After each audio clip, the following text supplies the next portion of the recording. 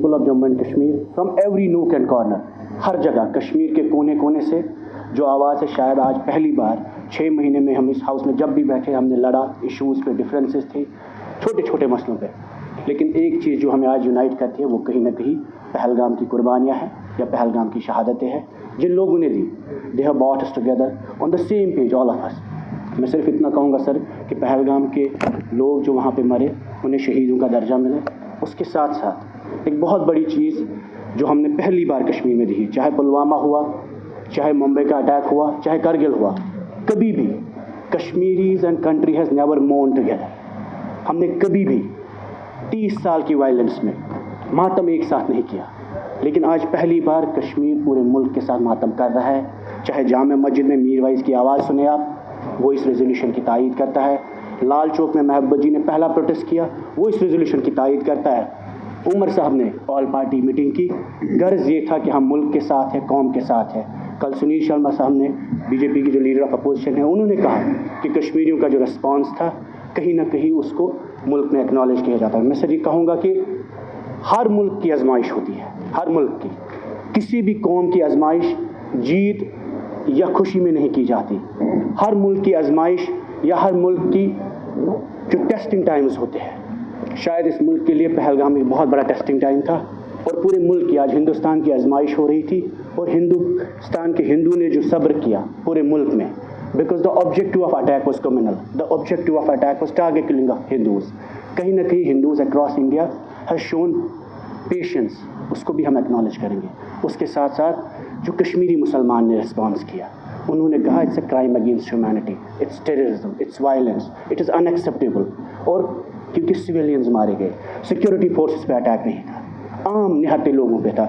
मैं ये कहूँगा सर कि शायद एक कौम की आजमाइश होती है कि वो क्राइसिस में कैसे डील करे, और क्राइसिस में पूरे मुल्क ने ऐसे बिहेव किया कि कहीं ना कहीं हमें लगा हम एक कौम की तरह बिहेव कर रहे हैं, सब्र से बिहेव करने की कोशिश कर रहे हैं, ताकि जिन लोगों ने ये अटैक किया, जिसका गर्ज था मुल्क में राइट्स उठे, हिंदू मुसलमान तनाव बढ़े, शायद उसको कामयाब नहीं करने दिया। बाकी सर मैं सभी लोगों को एक बार फिर गुजारिश करूंगा जो पहलगाम में मरे उन्हें शहीदों का दर्जा मिले, और उसके साथ साथ जो कश्मीर में कुछ सख्तियाँ हुई है, जैसे कई लोगों के घर उजाड़े गए, उनसे भी एलिनेशन बढ़ता है। जब आप टेररिज्म को ख़त्म करने की बात करते हैं, आपने 30 साल टेररिस्ट मारे, but every time you kill a terrorist you also do not and terrorism. The only time there is an action against terrorism is this moment when the people of Jammu and Kashmir has rejected violence. शुक्रिया। शबीर अहमद कुली साहब।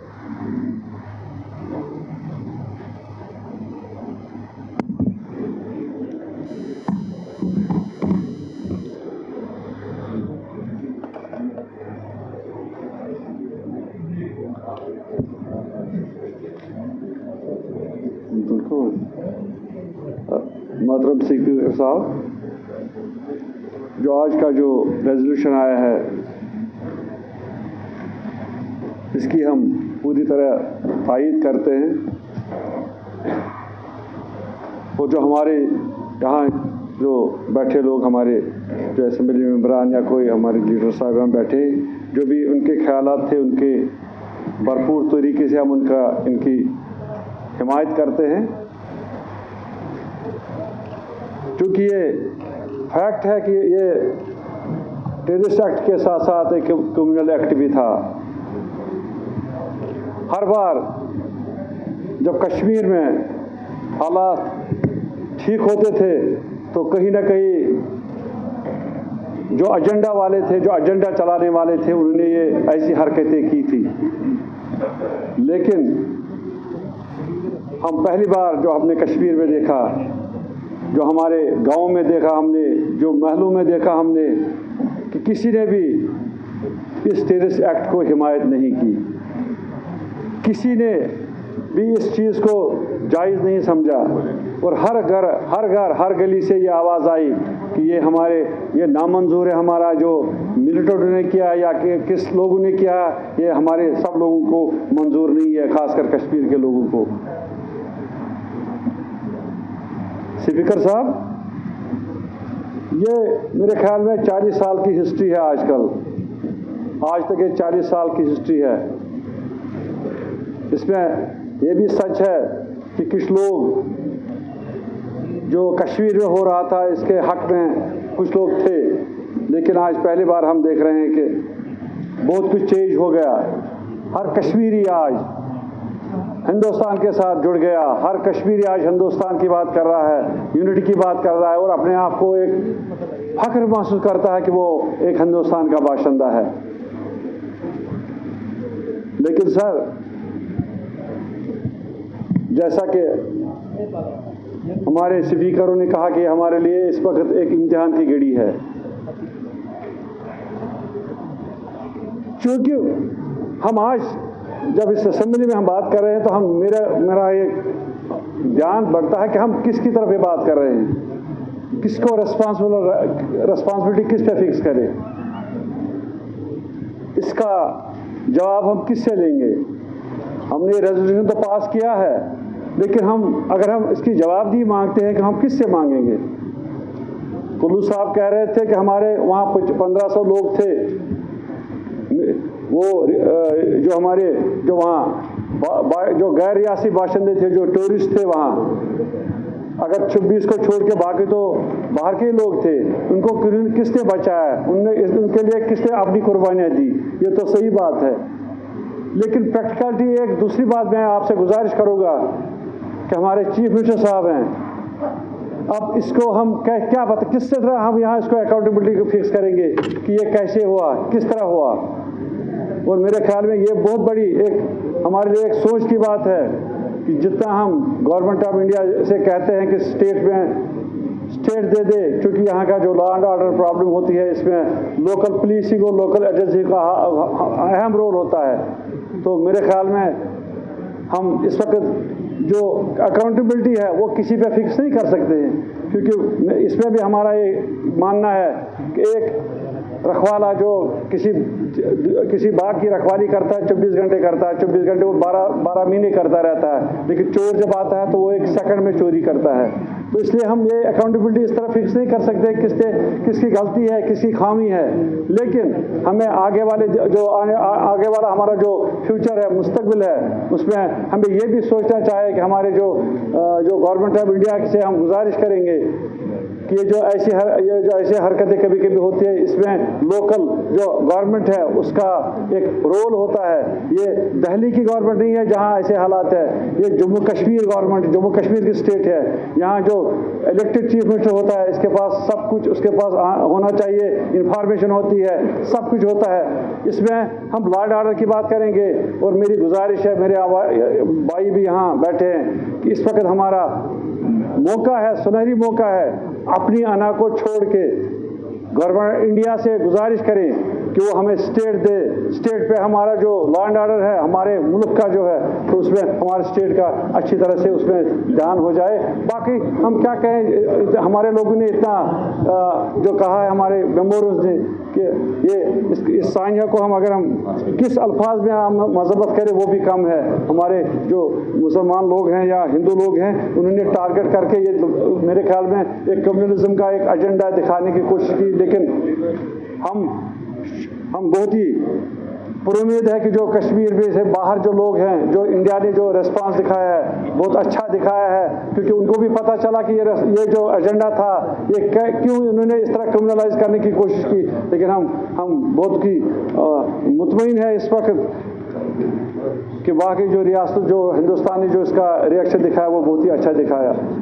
Speaker साहब, सबसे बड़ी मैं गुजारिश करूँगा आपसे कि जो हमारे जो बाकी जो मुजफ्फर साहब ने भी कहा है कि हमें लोगों को जोड़ना है, लोगों को तोड़ना नहीं है। अगर कोई बंदा जो मिलिटेंसी में मुलव्वस था आज से 10 साल पहले या 5 साल पहले, अगर वो कहीं जगह कोई इस दहशतगर्दी में मुलव्वस है तो हमें उसके घर में उसके जो बहनें हैं, उसके जो भाई हैं, उनके घरों को हमें तोड़ना नहीं चाहिए, क्योंकि ये मेरे ख्याल में हमें ये ज़्यादती होगी कश्मीर के लोगों के साथ और उन लोगों के साथ। कल आप जब देख रहे थे सर, शोपियान में एक घर को उन्होंने मुनहदम कर दिया, लेकिन उसमें वो 4 बेटियां थी, वो 4 बच्चे थे, वो जो उसका बाप भी था वो कितना रो रहा था, वो मेरे पास आया, रोते रोते मेरे पास आया, लेकिन मैं कुछ नहीं कर सका, क्योंकि उन्होंने यही कहा कि हमारा क्या खता थी। इन चीज़ों पे अगर ध्यान दिया जाए तो वो बहुत अच्छी बात है। बाकी हमारी हमदर्दियाँ, हमारे जो सब कुछ जो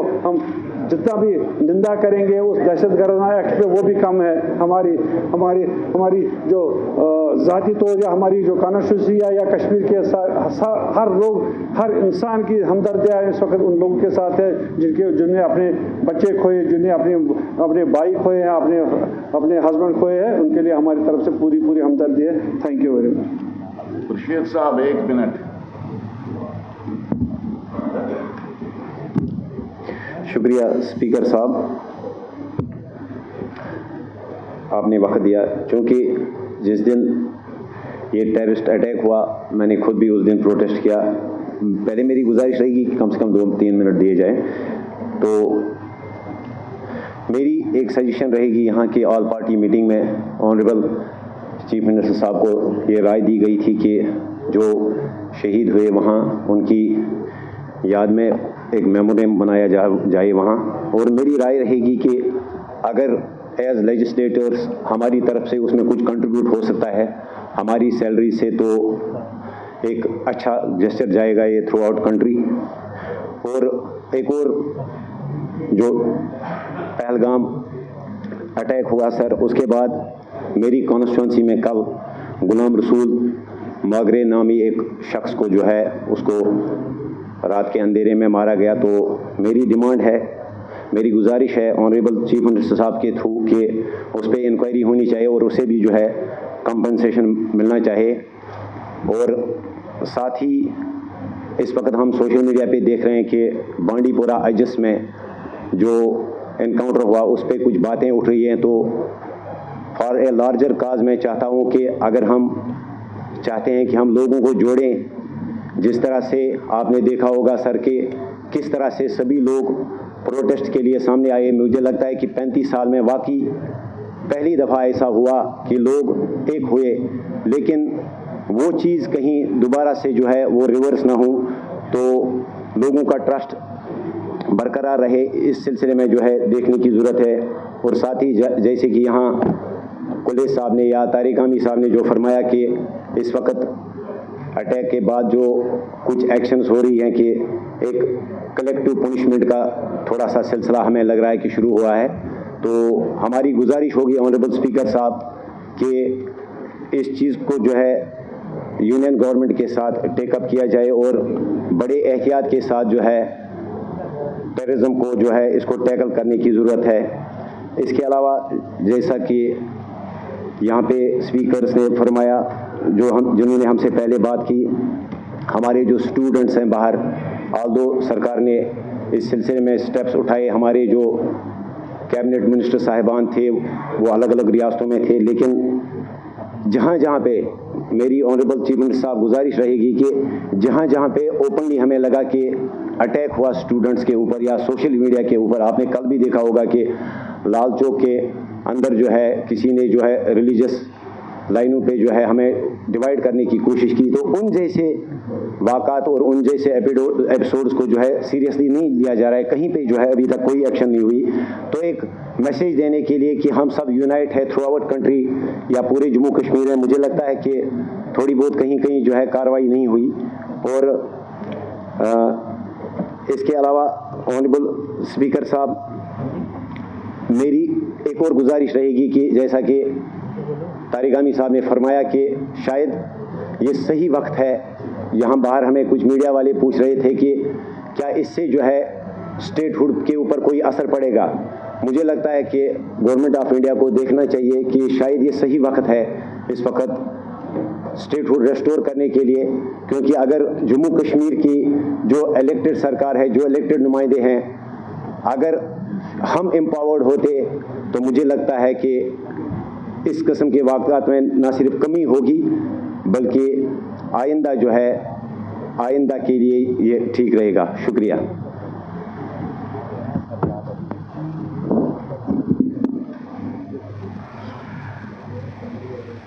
यहाँ हर तरफ से नेशनल कॉन्फ्रेंस की तरफ से और बाकी पार्टीज जो हाउस में रिप्रेजेंटेड हैं, ये डिमांड है कि हर एक इस बहस में हिस्सा लेना चाहता है। ये बहुत अच्छी बात है कि इस रेजोल्यूशन के हक में बोलना चाहते हैं, लेकिन हमारे लिए डिफिकल्टी ये है, सब अगर बोलेंगे एक तो रेपिटेशन अप होता है। जो भी रेजोल्यूशन में बातें आई हैं यही हर तकरीब में सुनने को मिली। मैं आपसे अब गुजारिश करूंगा, यहाँ हम बीजेपी से भी तो बोलेंगे, एलओपी तो बोलेंगे ही बोलेंगे, इनको मैं टाइम देता हूँ। उसके बाद ऑनरेबल चीफ मिनिस्टर ही अहाता करेंगे सारे बात का। ये मेरी तरफ से आपको गुजारिश है। Hand folded. आप भी आज सब्र से काम ले लें। एलओपी साहब आपका रेजोल्यूशन बड़ा कोई नहीं बोलेगा आप फिर नहीं ड्राफ्टेड है। मैं इस रेजोल्यूशन की पूरी तायद करता हूं, पर सर इसमें एक एलिमेंट मिसिंग है। सर हमने पाकिस्तान की कहीं पर भी आउटराइट कंडेमनेशन नहीं की है, तो इसमें सर पाकिस्तान का वर्ड ऐड किया जाए कि पाकिस्तान को कंडेमन किया जाए।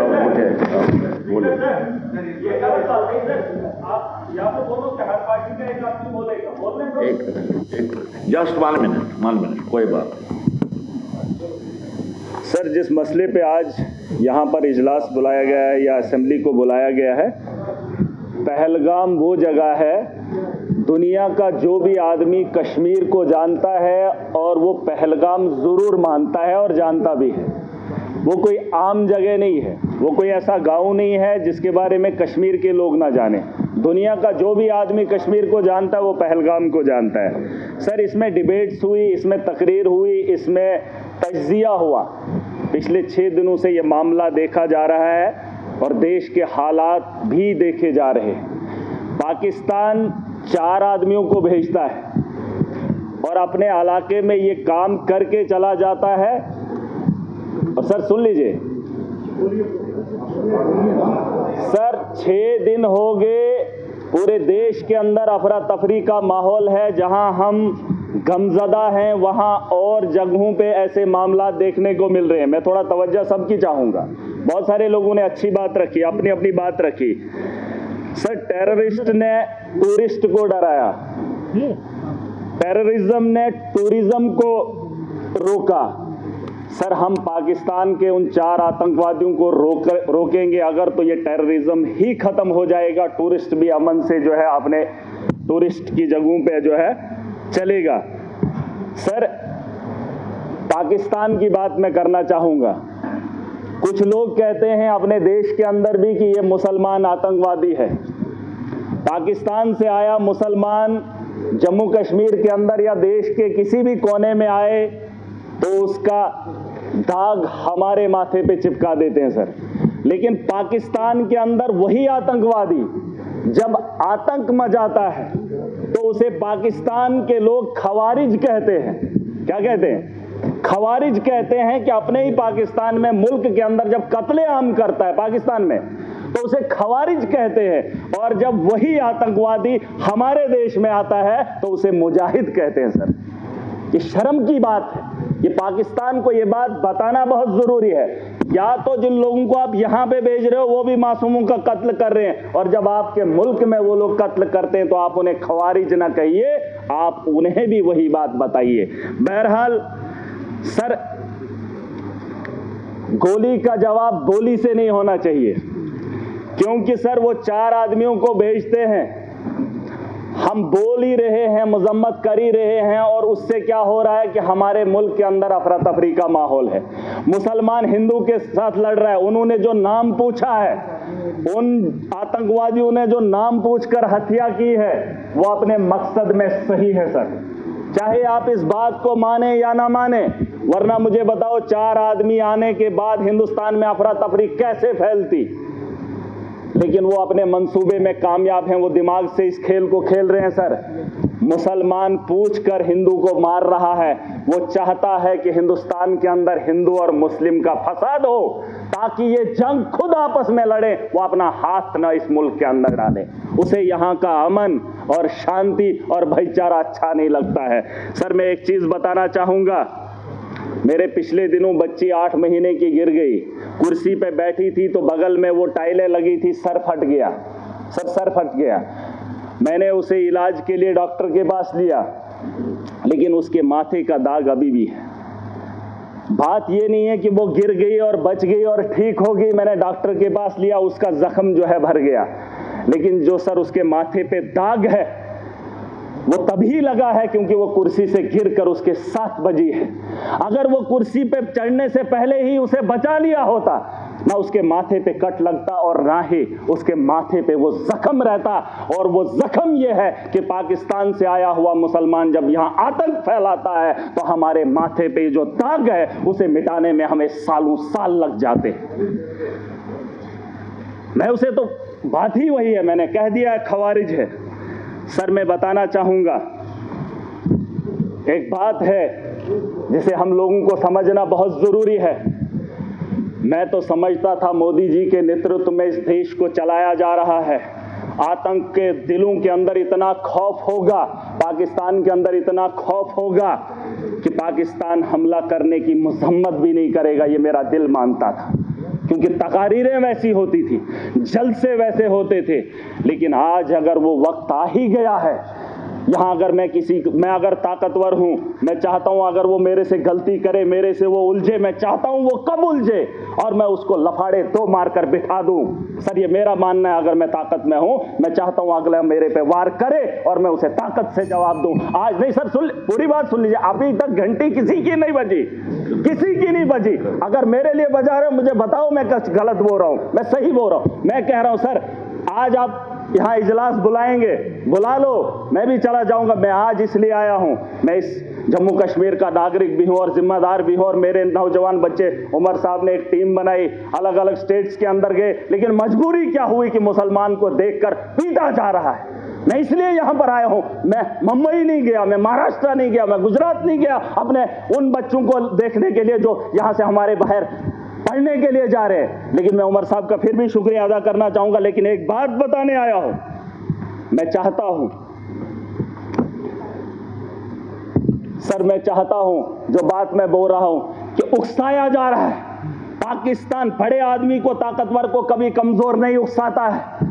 अगर उकसाने की गलती पाकिस्तान ने की, मैं खुल के बोलूंगा सर, अगर की, और ये पहली बार नहीं हुआ, जम्मू कश्मीर को मोहरा मत बनाइए, मिलकर आज पूरा जम्मू कश्मीर नहीं पूरा देश इकट्ठा है, जवाब देने का वक्त आ गया है। ताकत का जवाब ताकत से देंगे, गोली का जवाब गोली से देंगे, तब जाके अमन और शांति की बहाली की उम्मीद कर सकता हूं सर। वरना आज ये हाउस चला, 22 तारीख का वो मातम, आज हम बात करेंगे, महीने के बाद फिर किसी जगह फिर कोई कातिलाना हमला करेगा, फिर हमारे बच्चों को जो है स्कूल जाने से रोका जाएगा, फिर हमारे घरों पे बमबारी होगी, फिर मुसलमान को हकारत की निगाह से देखा जाएगा। आज मौका है, आज मौका है, आज पूरा देश इकट्ठा है, मुसलमान साथ है। यहाँ उधमपुर में तो पहलगाम के बाद उधमपुर में आतंकवादी हमला हुआ, एक मुसलमान ने गोली खाई। मैं चाहता हूं कि आप यहां पर ये दाग न लगाए, पाकिस्तान को मौका मत दें, मत दें। ये मेरा घर है, मुझे पाकिस्तान के वास्ता नहीं है।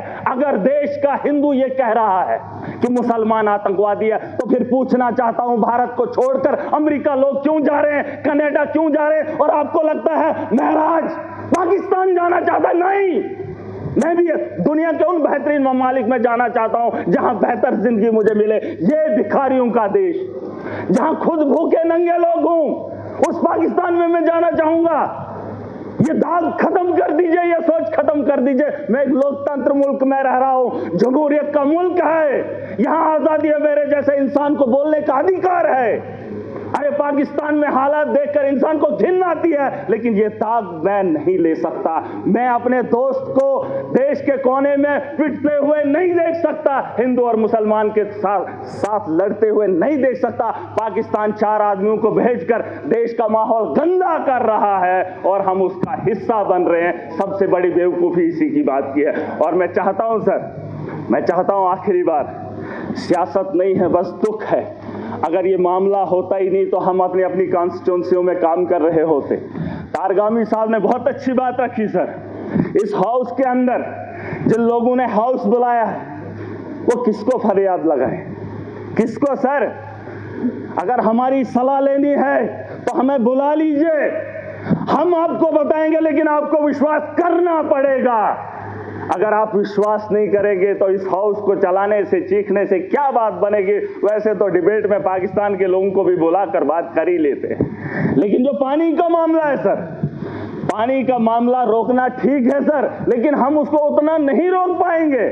4 दिन 1 महीना रोक सकते हैं, लेकिन अगर रुकेगा पानी तो हमारे लोगों को नुकसान होगा, और जब उसे छोड़ेंगे तो सैकड़ों किलोमीटर हमारे देश के लोग उससे नुकसान होंगे पहले, फिर उसके बाद पाकिस्तान को नुकसान होगा। उसके लिए कोई तैयारी करनी पड़ेगी। ये 20 साल का ले मामला है सर, गोली का जवाब गोली से नहीं, गोली से देना पड़ेगा। अगर पाकिस्तान को रोकना, हम उनसे ज्यादा ताकत रखते हैं।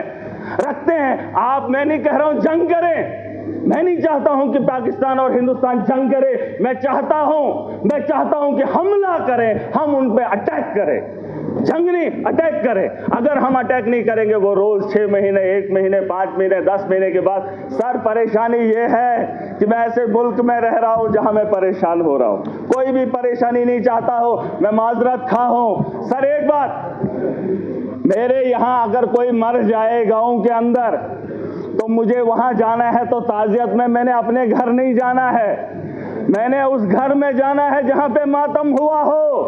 पूछना चाहता हूं सर, अगर बैरून ममालिक का ये दौरा रद्द होता है तो फिर बिहार जाना जरूरी नहीं था, पहलगाम आना जरूरी था, उन लोगों से दर्द बांटना जरूरी था। सर ये मेरा एक दर्द है, दुख है जो मैं बयान कर रहा हूं। Thank you. एलओडी।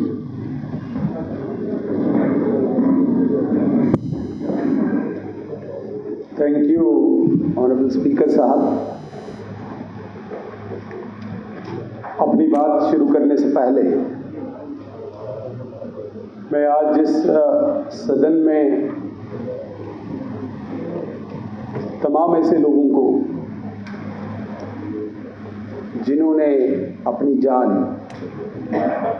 बरिसरन के उस वैली में गंवाई,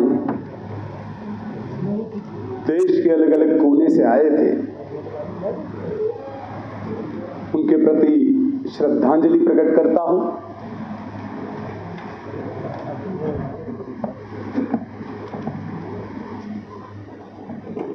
आज मैं यहां पे बोलने के लिए खड़ा हुआ हूं।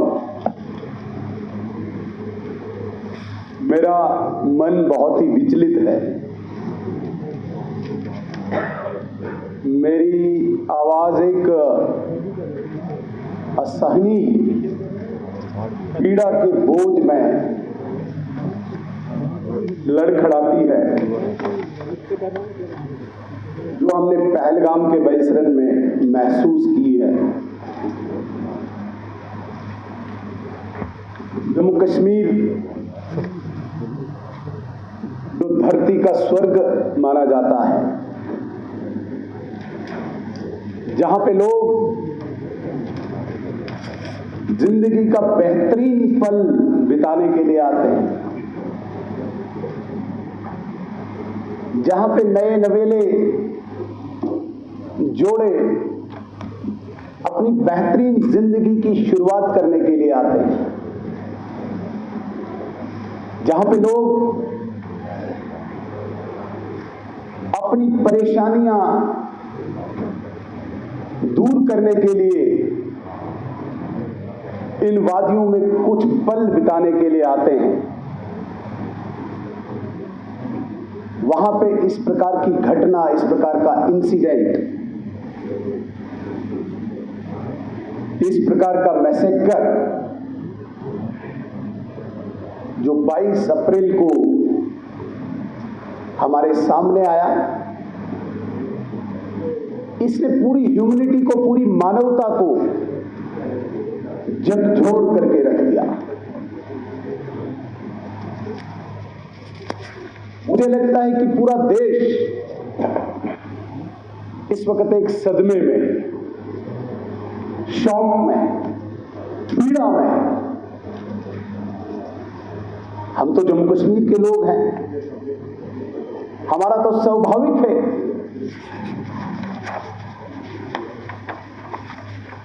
शोक में, इस दुख में एकजुट होकर एक आवाज बुलंद करना।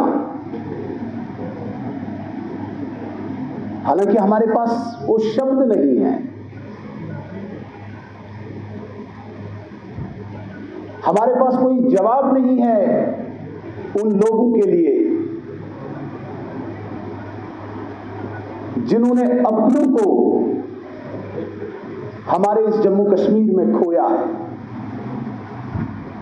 खासकर उस महिला के लिए जिसने अपने सामने अपने पति के सीने पे गोलियां चलते हुए देखी। उस बच्चे के लिए, उड़ीसा से उठ के जो आया था 8 साल का, अपने पिता को अपने सामने गोलियों से छलनी होते हुए देखा है। उस हरियाणा के उस नए जोड़े जिस एक नई दुल्हन ने, जिसकी कलाई में अभी वो चूड़ियां लगी हुई थी,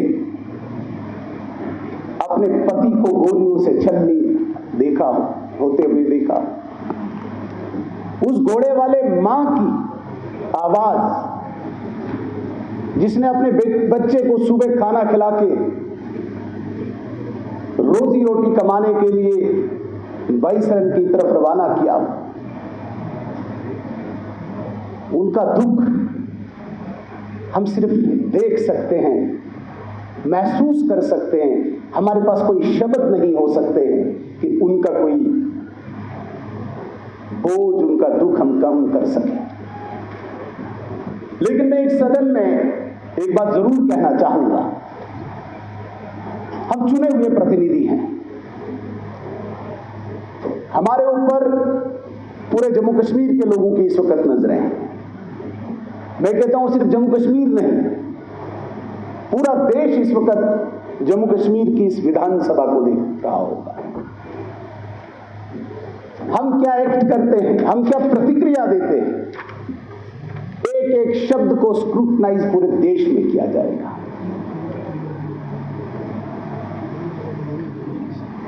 हम इस वक्त उस कौम के नुमाइंदे, उस कौम के नमूने हैं जिस कौम ने 22 अप्रैल की शाम से ही 2 दिन लगातार कुछ खाए पिए, घर की चिंता किए बगैर हमारे आखिरी कोने केरन से लेकर लखनपुर तक सड़कों पे उतरकर देश दुनिया को एक मैसेज दिया कि बेशक 36 साल लगे हमें, लेकिन 36 साल के बाद इस वाकया ने जम्मू कश्मीर की जनता को एकजुट कर दिया। देश के साथ खड़े होने का एक संदेश दिया, एक मैसेज दिया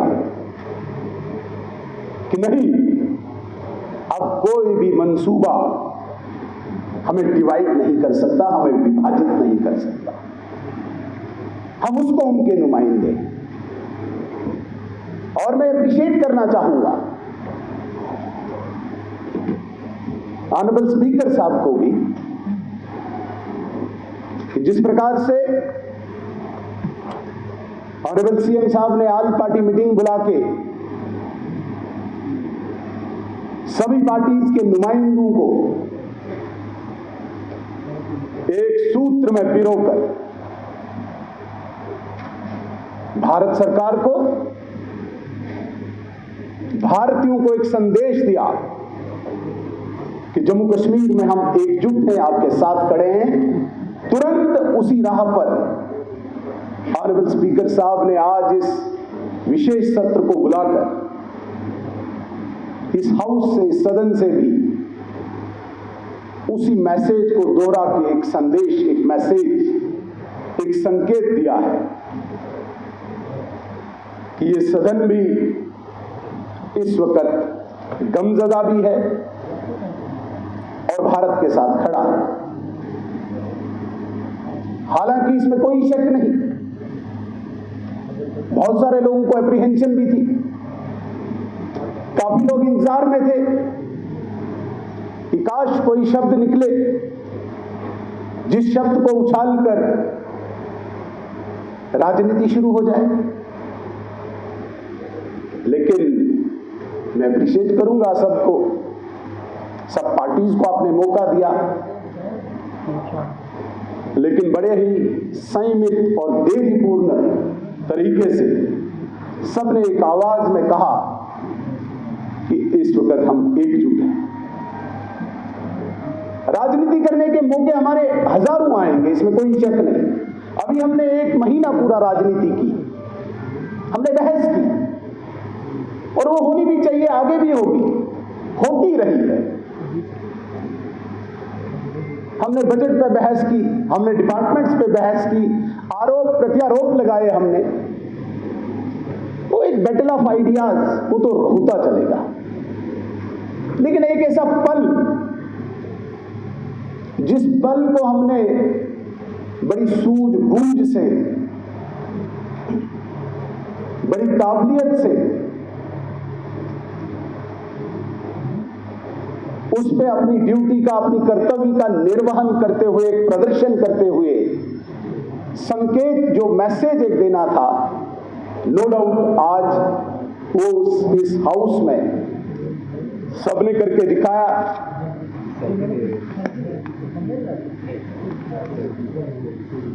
बहुत बार मैंने देखा है, खासकर मेरी उम्र के लोगों ने, तो मुझे लगता है कि पूरी जिंदगी जब हमने इस जवानी की दहलीज पे कदम रखा है, तब से ही आतंकवाद को बड़ी नजदीक से देखा है, इसमें कोई शक नहीं। और मैं भी उस क्षेत्र से आता हूं जब हमने आतंकवाद की बर्बरता को देखा है। मैं एक मिसाल भी यहां पे देना चाहूंगा। 1993 में भी किश्तवाड़ से एक बस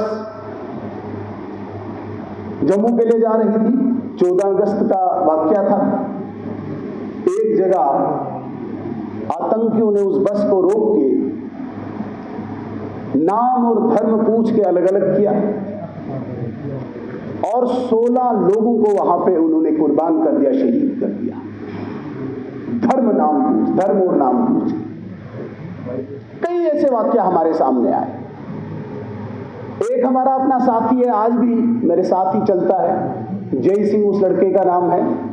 धार पे गया हुआ था भेड़ बकरी के साथ, अपनी मां के साथ। उसकी मां का सतन काट के उस जय सिंह के मुंह में ठूसा। ये हमारी आंखों ने देखा है। एक और लड़का राकेश कुमार धार पे ही था, उसके भाई का कलेजा निकाल के बिल्कुल ओपन किया था, उसके भाई में ठूसा था। वो फोटोग्राफ्स स्वर्गीय अटल बिहारी वाजपेयी जी जब भारत को रिप्रेजेंट करने के लिए, हालांकि उस वक्त भारतीय जनता पार्टी अपोजिशन में थी, विपक्ष में थी, लेकिन तत्कालीन तब के प्रधानमंत्री स्वर्गीय नरसिम्हा राव जी ने भारत को रिप्रेजेंट करने के लिए स्वर्गीय अटल बिहारी वाजपेयी जी को जेनेवा भेजा था। और मुझे आज भी याद है वो फोटोग्राफ, अटल बिहारी वाजपेयी जी ने उस वर्ल्ड कॉन्फ्रेंस जो हुई थी, सब प्रतिनिधि उस कॉन्फ्रेंस में थे। वो जय सिंह की मां का चित्र और उस राकेश कुमार के भाई का चित्र स्वर्गीय अटल बिहारी वाजपेयी जी ने जेनेवा में दिखाया था। ऐसे बर्बर, ऐसे निर्मम चित्र देखकर भी हम इकट्ठे नहीं हो पाए थे। लेकिन आज जिस प्रकार से ये 26 लाशें हमारे जम्मू कश्मीर के लोगों को एक्रॉस रिलीजियस लाइन, 1 मिनट में किसी ने आह्वान नहीं किया, बगैर किसी के पहल किए हुए किस तरीके से इकट्ठे होकर एक आवाज बने, अब इस पर किसी की नजर नहीं लगनी चाहिए। और खासकर यह सबसे बड़ी जिम्मेदारी हम 90 लोगों की बनती है। भारत सरकार क्या करती है?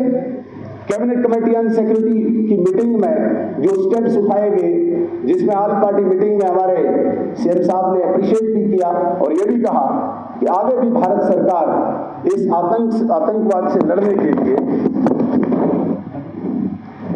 जो भी स्टेप्स उठाएगी उसके साथ जम्मू कश्मीर की जनता खड़ी है। लेकिन मैं आह्वान करना चाहूंगा, मैं निवेदन करना चाहूंगा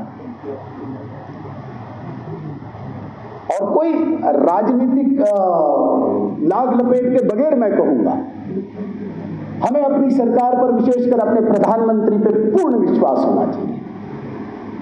ये माने कोई कुछ भी कहे, एक दृढ़ इच्छा शक्ति की सरकार है, एक स्ट्रांग विल पावर वाली सरकार है।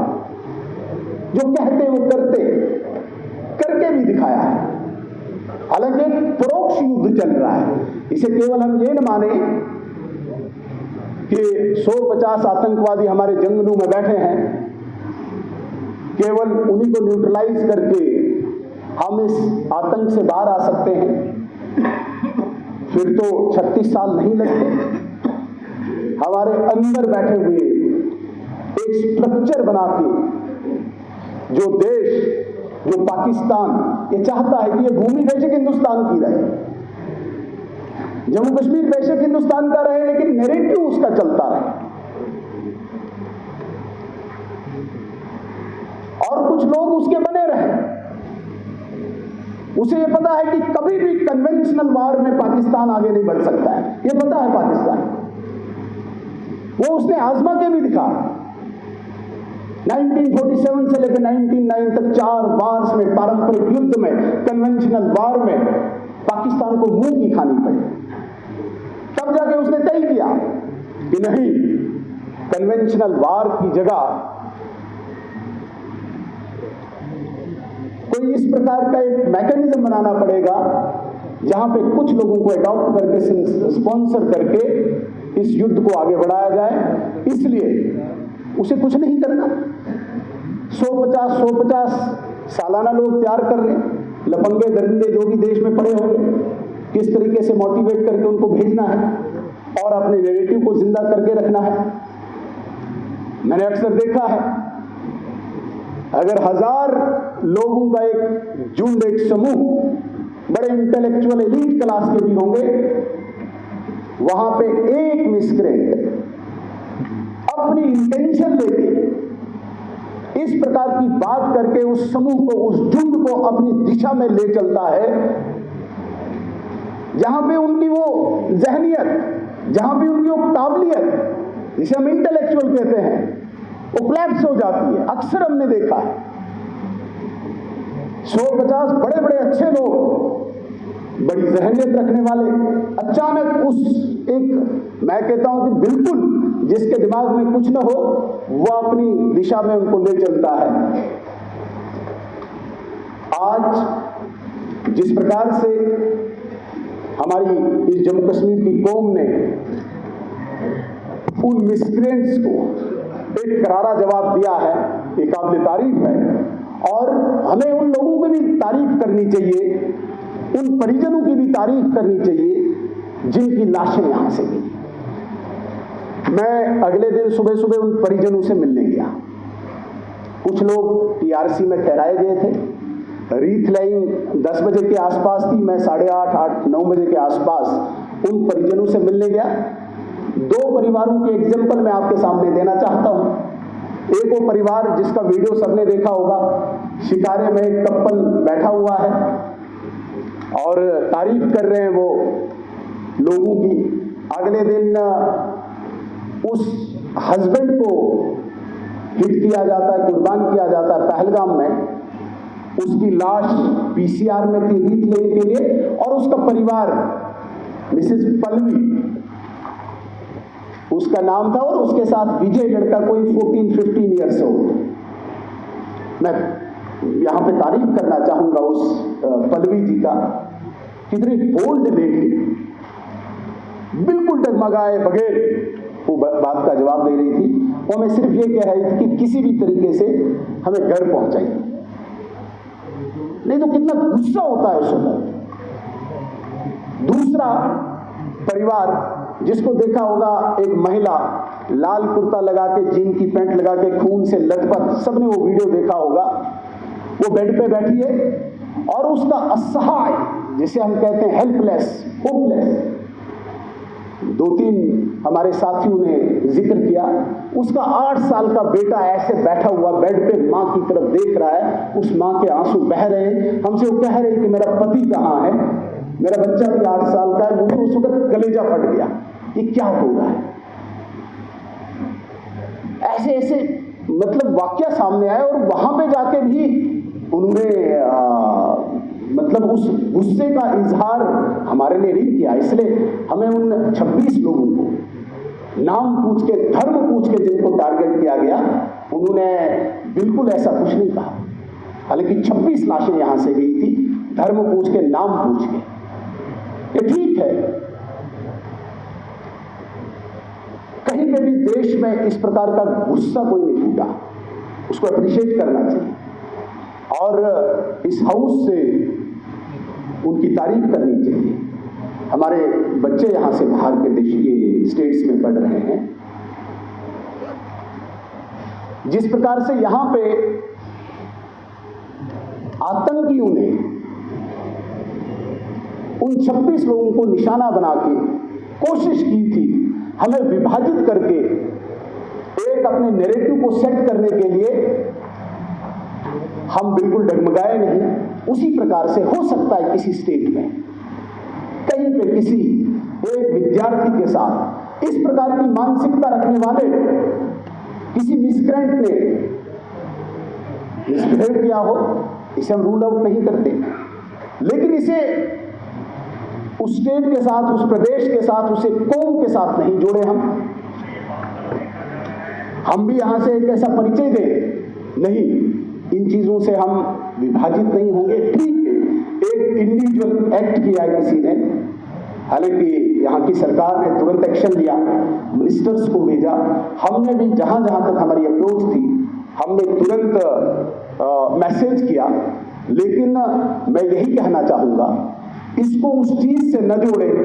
यदि पूरे भारत में जिस प्रदेश में लाशें गई यहां से, अगर उन्होंने नहीं जोड़ा, उन्होंने एक शब्द भी नहीं बोला, तो हमें भी शेष भारत के साथ कभी भी इसको चीज को नहीं जोड़ना चाहिए कि एक इंडिविजुअल एक्ट हो सकता है और उस पर एक्शन हो सकता है।